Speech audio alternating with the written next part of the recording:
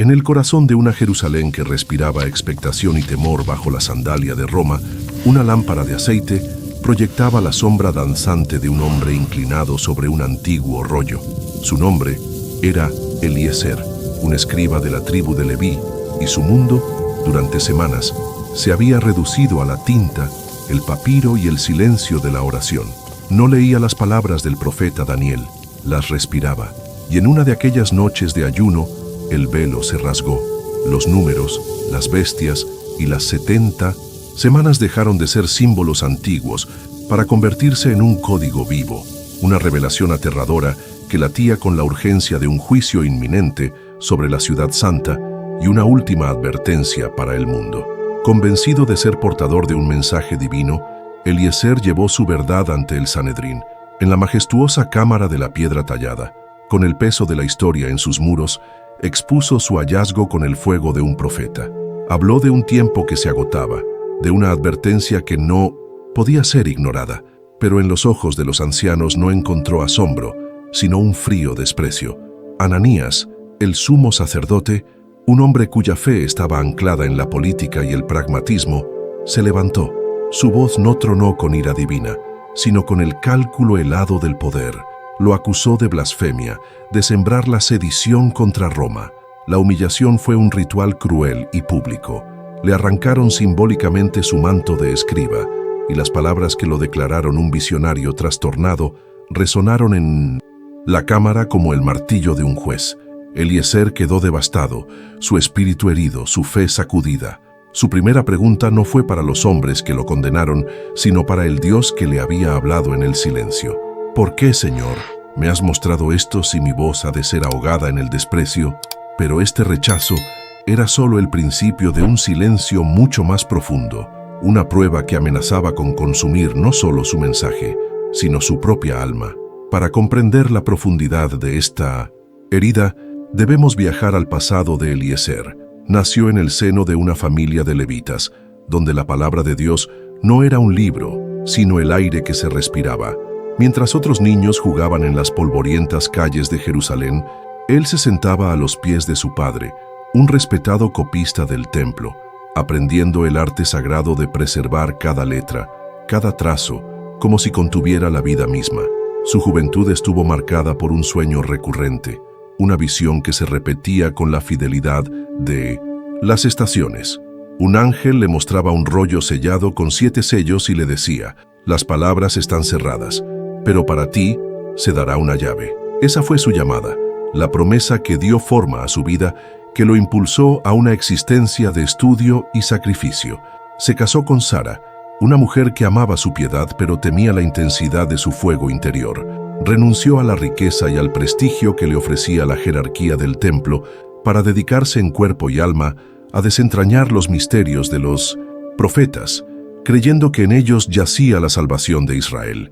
Su fe no era una teoría, era una marca en su alma, y por eso el rechazo del Sanedrín se sentía como una herida mortal, como si la misma llave que Dios le había prometido se hubiera usado para cerrar su boca para siempre. La promesa que había alimentado toda su vida era ahora la fuente misma de su más profunda agonía, y los muros comenzaban a cerrarse a su alrededor. La humillación en el Sanedrín fue solo la primera piedra de un muro de aislamiento que crecía día tras día. La noticia de su locura se extendió como una plaga. Se le prohibió enseñar en la sinagoga, el lugar que había sido su segundo hogar. Viejos amigos como Caleb, un compañero de infancia que ahora se sentaba en el consejo, cruzaban la calle para no tener que mirarlo a los ojos, su lealtad envenenada por el miedo. Eliezer se convirtió en un paria. En el mercado, las madres apartaban a sus hijos de su paso, susurrando el apodo que se había convertido en su nueva identidad, el loco de Daniel. Su nombre, antes sinónimo de respeto, ahora lo era de vergüenza, pero el desprecio de los hombres era tolerable comparado con el tormento que lo esperaba en la soledad de la noche. Clamaba a Dios, buscando una señal, una palabra de consuelo, una confirmación de que no se había equivocado, pero sus oraciones chocaban contra un cielo de bronce. El silencio de Dios era un grito ensordecedor, una ausencia que dolía más que cualquier insulto. La prueba final llegó a su propio hogar. Sara, con los ojos enrojecidos por el llanto y el corazón roto al ver a sus hijos sufrir necesidad, le suplicó que renunciara a su visión, que se reconciliara con los sacerdotes, que volviera a ser el hombre que era antes. Ese fue el golpe que quebró sus últimas defensas. Una noche de tormenta, mientras los relámpagos iluminaban su estudio, Eliezer se vio a sí mismo, un hombre abandonado por su pueblo, por su familia y, lo que era peor, por el Dios que le había entregado una verdad demasiado pesada para llevarla solo. Miró los rollos esparcidos por el suelo, la fuente de su revelación y de su ruina, y en su corazón una decisión terrible comenzó a tomar forma. Extendió la mano, no para leerlos, sino para arrojarlos al fuego. Su fe, el trabajo de toda su vida, estaba a punto de convertirse en cenizas. En el punto más bajo de su desesperación, con el olor a papiro viejo y la amargura llenando el aire, sus ojos, nublados por las lágrimas, se posaron en un pasaje del profeta Isaías que había copiado y leído cientos de veces. Las palabras parecieron saltar del pergamino y aferrarse a su alma. No temas, porque yo te redimí, te puse nombre, mío eres tú. En ese instante, la intervención divina no llegó como una visión atronadora, ni como la voz de un ángel. Fue un entendimiento profundo y silencioso, una calma que se extendió por su espíritu atormentado como el aceite sobre el agua. Dios no le habló para validar su visión del fin de los días, sino para revelarle el propósito de su sufrimiento. La revelación fue esta. La advertencia no era para los oídos sordos de los poderosos, sino para ser preservada para los corazones humildes del futuro. Tu misión no era convencerlos a ellos, sino convertirte en el guardián de la memoria. No eres un profeta fracasado, eres un custodio fiel. El impacto fue inmediato y transformador. Sus lágrimas de desesperación se convirtieron en lágrimas de propósito. El peso insoportable de la responsabilidad se transformó en la fuerza de una misión sagrada. Ya no buscaba la validación de los hombres, sino la fidelidad a Dios. Su propósito ya no era gritar una advertencia a los sordos, sino escribir una carta al futuro, una carta que, quizás, estaba destinada a llegar a través de los siglos hasta nosotros. El plan de Dios se manifestó, no en una vindicación pública, sino en un acto de justicia silenciosa y trascendente. Eliezer ya no intentó predicar en las plazas ni enfrentarse al Sanedrín. En cambio, con una nueva paz en su corazón, comenzó a trabajar incansablemente en un nuevo rollo. Lo llamó el Testimonio de Eliezer. En él, no solo transcribió su visión de Daniel, sino que detalló con dolorosa precisión el rechazo de los líderes y la promesa de una justicia futura. Y entonces ocurrió un milagro silencioso. Él, que había sido expulsado de la sinagoga, se convirtió en el centro de una nueva comunidad. Un pequeño grupo de marginados, aquellos que la sociedad despreciaba, comenzaron a reunirse con él en Mindus secreto, un pescador de piel curtida, una viuda cuyo único tesoro era su fe, un recaudador de impuestos arrepentido. Se sentían atraídos no por visiones espectaculares, sino por la autenticidad de un hombre que había encontrado a Dios en el quebranto. Mientras Ananías y el Sanedrín continuaban sus juegos de poder, ciegos a la verdadera tormenta que se cernía sobre Jerusalén, Eliezer plantaba una semilla de verdad que sobreviviría a todos ellos, a su templo y al imperio que tanto temían. La historia culmina años después. Un Eliezer anciano, con el cabello blanco como la nieve, camina junto a su hijo, ya un hombre. Juntos, sellan el rollo en una vasija de barro y lo esconden en una cueva en las áridas colinas que miran al mar muerto. La justicia de Dios no fue que el mundo aclamara a Eliezer en su tiempo. Su verdadera vindicación fue que su sacrificio, su sufrimiento y su fidelidad silenciosa aseguraron que la advertencia de Dios trascendiera el tiempo, esperando en la oscuridad a ser encontrada por una generación futura que sí la necesitaría. Su dolor no fue en vano, fue el precio para preservar la verdad. La lámpara de aceite proyectaba una luz temblorosa sobre los rollos esparcidos. Para cualquier otro hombre, serían solo tinta y papiro. Para Eliezer, eran el eco de la voz de Dios y el peso de su propio fracaso. Horas antes, en la cámara de la piedra tallada, esa misma voz Esa misma verdad revelada en el código secreto de Daniel le había costado todo. Ahora, el silencio de su estudio era más ruidoso que los gritos de desprecio del Sanedrín. ¿Cómo puede un hombre llevar sobre sus hombros una advertencia divina, una última llamada para salvar a su pueblo, cuando los mismos guardianes de la fe le han declarado loco? Ananías, el sumo sacerdote, no había visto en él a un mensajero, sino una amenaza. Sus ojos fríos, calculadores, no juzgaron la profecía, sino el riesgo político, y la sentencia fue rápida, brutal y pública. El manto de escriba, arrancado de sus hombros, no solo rasgó la tela, sino su identidad, su vida entera dedicada a la palabra. Ahora, en la soledad, la pregunta que ardía en su alma no era para los hombres, era un clamor directo al cielo. ¿Por qué, Señor? ¿Por qué me muestras el fuego del juicio si mis labios han de ser sellados con la vergüenza? Tenía una verdad que quemaba como fuego en sus huesos, pero que se había convertido en cenizas en su boca. Pero casi nadie se da cuenta de que el rechazo de los hombres es, a menudo, el instrumento que Dios elige para sus planes más profundos.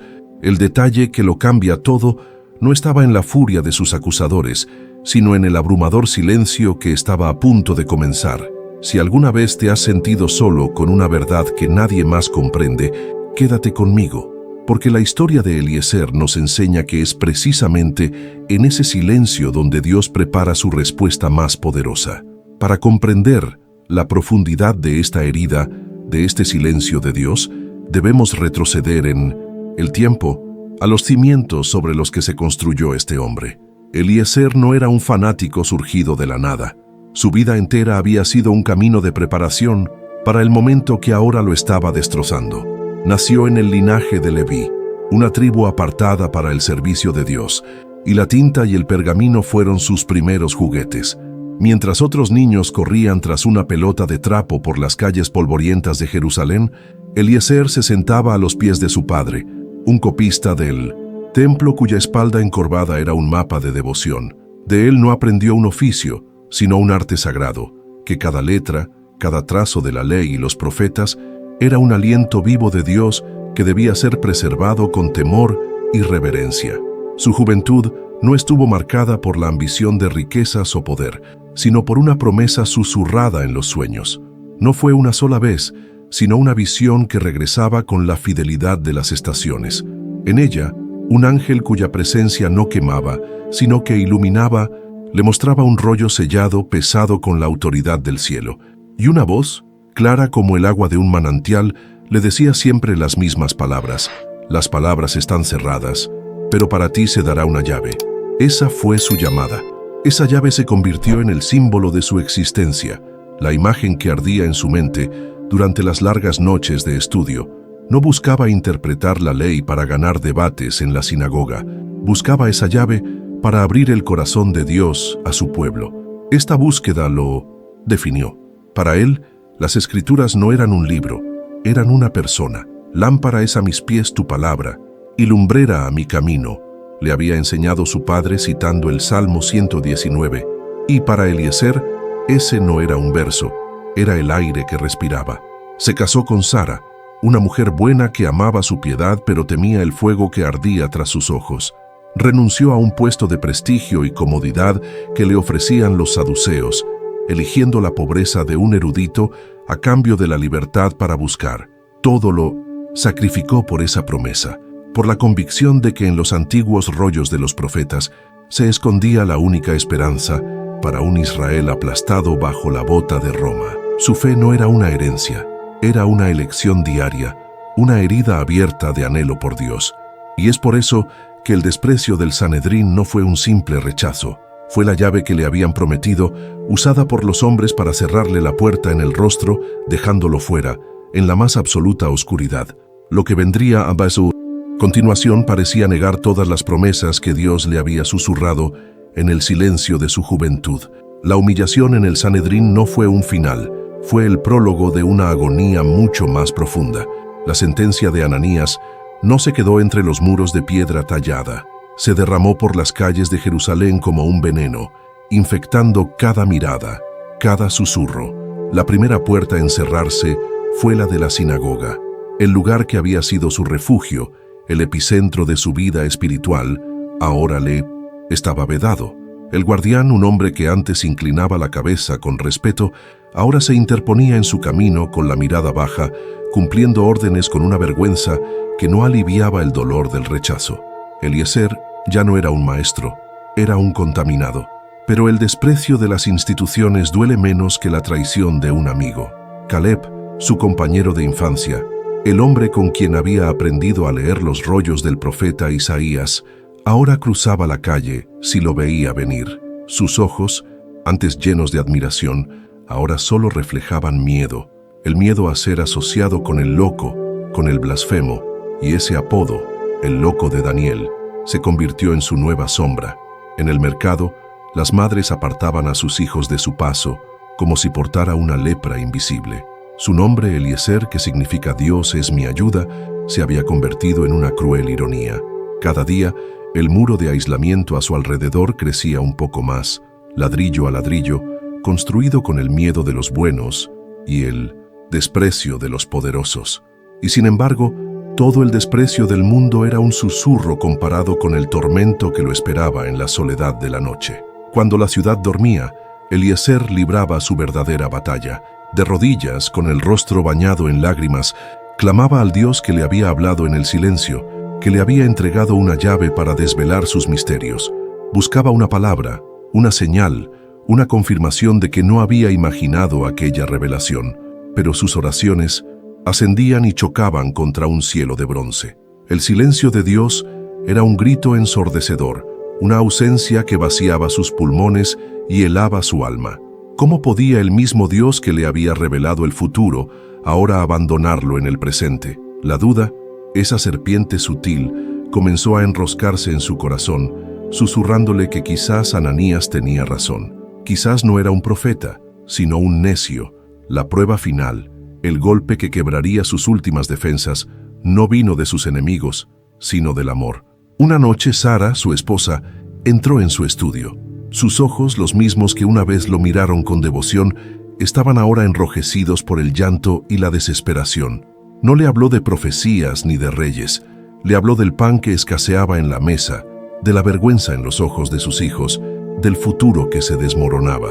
Con la voz rota, le suplicó que renunciara a su visión, que pidiera perdón al Sanedrín, que volviera a ser el hombre que era antes, el escriba respetado, el esposo presente.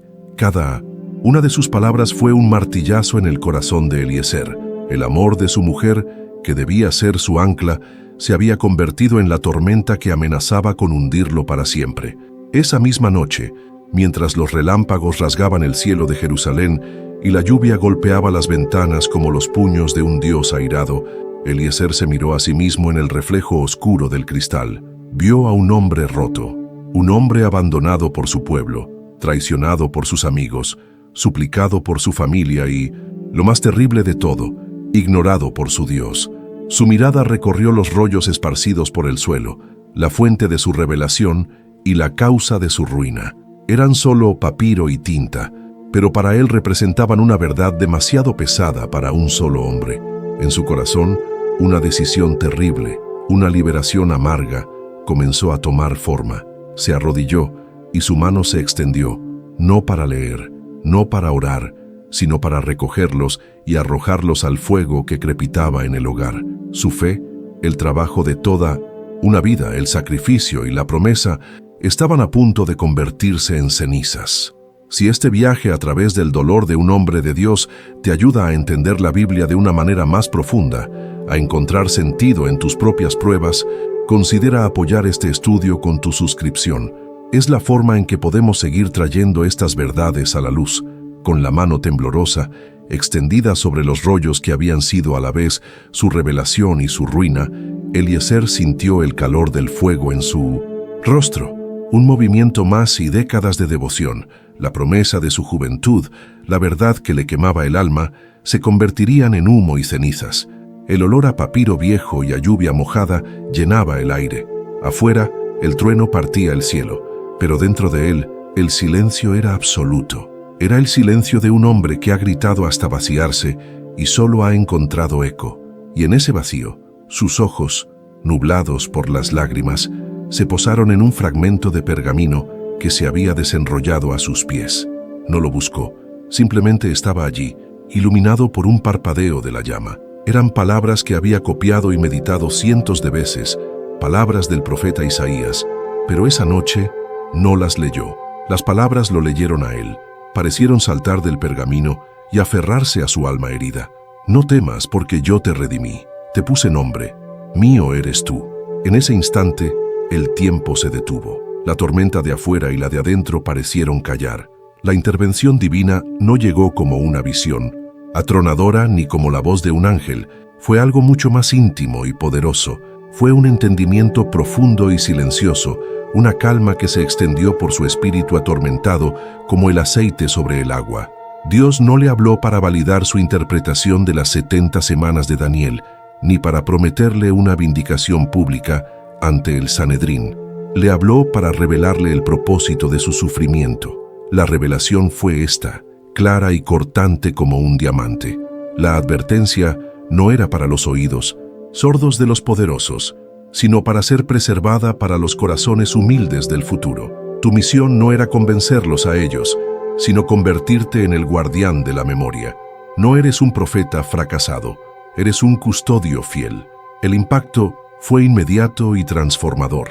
La mano que iba a destruir se detuvo.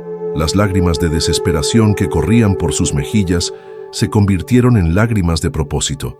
El peso insoportable de la responsabilidad, la carga de tener que salvar a una nación que no quería ser salvada, se desvaneció, y en su lugar surgió la fuerza serena de una misión sagrada.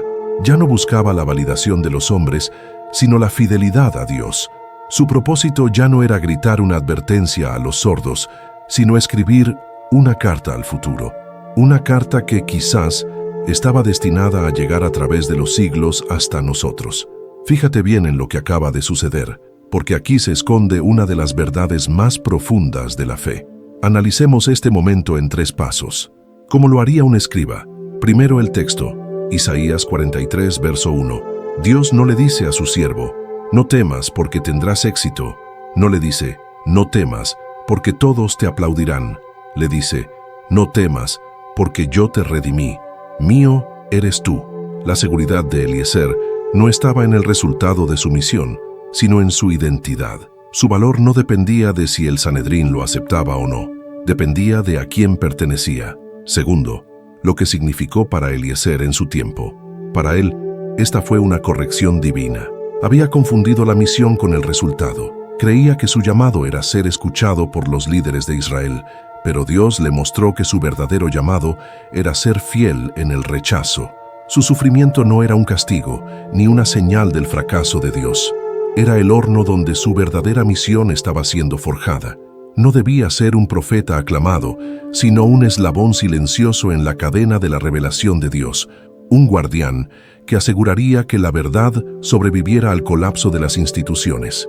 Y tercero, lo que esto significa para nosotros hoy. ¿Cuántas veces medimos nuestra fe por nuestros resultados visibles? ¿Cuántas veces nos sentimos abandonados por Dios porque nuestras oraciones, por un éxito, por una sanidad, por una vindicación, chocan contra el silencio? La historia de Eliezer nos enseña que el silencio de Dios no es ausencia, es reorientación. Quizás ese rechazo que has sufrido, esa puerta que se cerró, esa humillación que te llevó al borde de quemar tus sueños, no es el final de tu historia. Quizás es Dios mismo en un susurro, revelándote el verdadero propósito de tu vida, uno que no tiene que ver con el aplauso de los hombres, sino con la preservación de una verdad que solo tú puedes custodiar. Tu valor no está en lo que logras, está en aquel a quien perteneces, y esa es una verdad que ningún Sanedrín puede arrebatarte. El plan de Dios se manifestó, no en una vindicación pública que humillara a sus acusadores, sino en un acto de justicia silenciosa y trascendente. Eliezer ya no intentó predicar en las plazas ni enfrentarse de nuevo al Sanedrín. Su batalla ya no era contra los hombres, sino por la verdad. Con una nueva paz en su corazón, una que no dependía de las circunstancias, comenzó a trabajar incansablemente en un nuevo rollo. Lo llamó el testimonio de Eliezer. En él con la precisión de un copista y el corazón de un profeta, no solo transcribió su visión de Daniel, sino que detalló con dolorosa exactitud el rechazo de los líderes y la promesa de una justicia futura. Cada trazo de tinta era un acto de fe, una declaración de que la palabra de Dios no regresa vacía, aunque los hombres la desprecien. Y entonces ocurrió un milagro silencioso. Él, que había sido expulsado de la sinagoga, se convirtió en el centro de una nueva comunidad. Un pequeño grupo de marginados, aquellos a quienes la sociedad despreciaba y la religión oficial ignoraba, comenzaron a reunirse con él en secreto al caer la tarde. No eran escribas ni fariseos. Eran un pescador de piel curtida por el sol de Galilea, una viuda cuyo único tesoro era su fe inquebrantable, un recaudador de impuestos arrepentido que buscaba una verdad más allá del oro. No se sentían atraídos por visiones espectaculares, sino por la autenticidad de un hombre que había encontrado a Dios en el quebranto. Mientras Ananías y el Sanedrín continuaban sus juegos de poder, ciegos a la verdadera tormenta que se cernía sobre Jerusalén, Eliezer, en la humildad de su hogar, plantaba una semilla de verdad que sobreviviría a todos ellos, a su templo y al imperio que tanto temían. Su exaltación no fue en una silla de honor, sino en el corazón de los quebrantados. La historia culmina años después. El tiempo ha tejido plata en el cabello de Eliezer. Su espalda está más encorvada, pero sus ojos brillan con la serenidad de quien ha cumplido su propósito. Camina junto a su hijo, ya un hombre, por las áridas colinas que miran al mar muerto.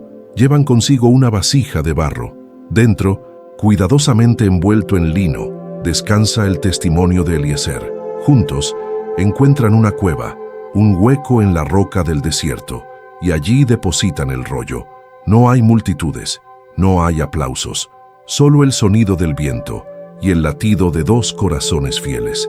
La justicia de Dios no fue que el mundo aclamara a Eliezer en su tiempo. Su verdadera vindicación, la promesa cumplida de la llave, fue que su sacrificio, su sufrimiento y su fidelidad silenciosa aseguraron que la advertencia de Dios trascendiera el tiempo, esperando en la oscuridad a ser encontrada por una generación futura que sí la necesitaría.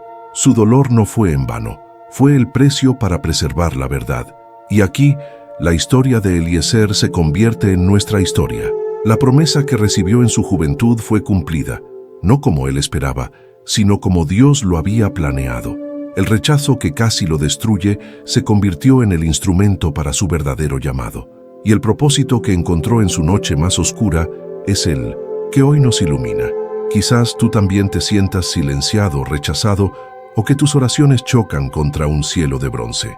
Recuerda que la fidelidad a Dios no siempre se mide en victorias públicas, sino a menudo en la perseverancia silenciosa. No permitas que el rechazo del mundo defina el valor de la verdad que Dios ha puesto en tu corazón. Confía en que tu sufrimiento, cuando es puesto en sus manos, nunca es en vano. Es la semilla de un propósito mayor. Si esta palabra te ha edificado, compártela y suscríbete para que caminemos juntos en nuevos estudios.